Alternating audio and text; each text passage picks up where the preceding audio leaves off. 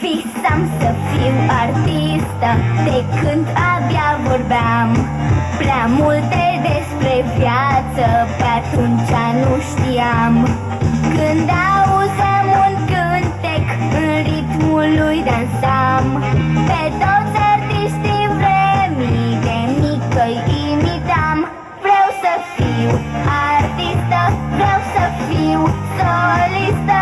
E de ajuns să vreau și voi putea. Am destul talent și dacă am să muncesc, o lume întreagă mă va admira.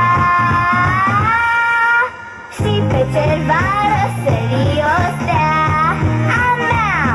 Dar am prea multă treabă, să învăț să scriu, să cos, să coc prăjiturele, că așa îmi stă frumos.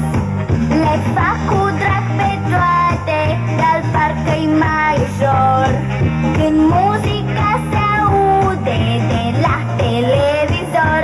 Vreau să fiu artistă, vreau să fiu solistă.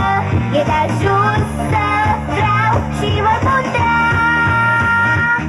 Am destul talent și dacă am să muncesc, o lume întreagă mă va admira.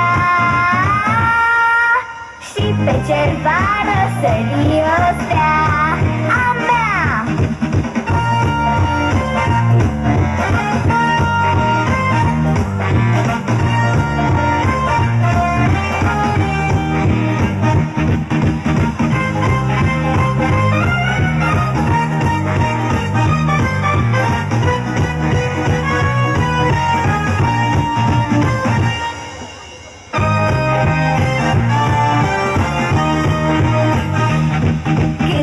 Voi fi artistă, cum să abandonez?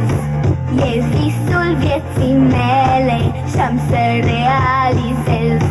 Voi lua într-una lecții de canto pe bas, o voi bine în trompetă și tot ce-a mai rămas. Vreau să fiu artistă, vreau să fiu solistă. E de ajuns să vreau și voi putea.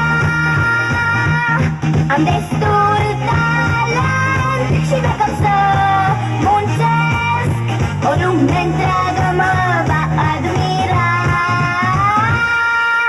Și pe cer va răsări o stea.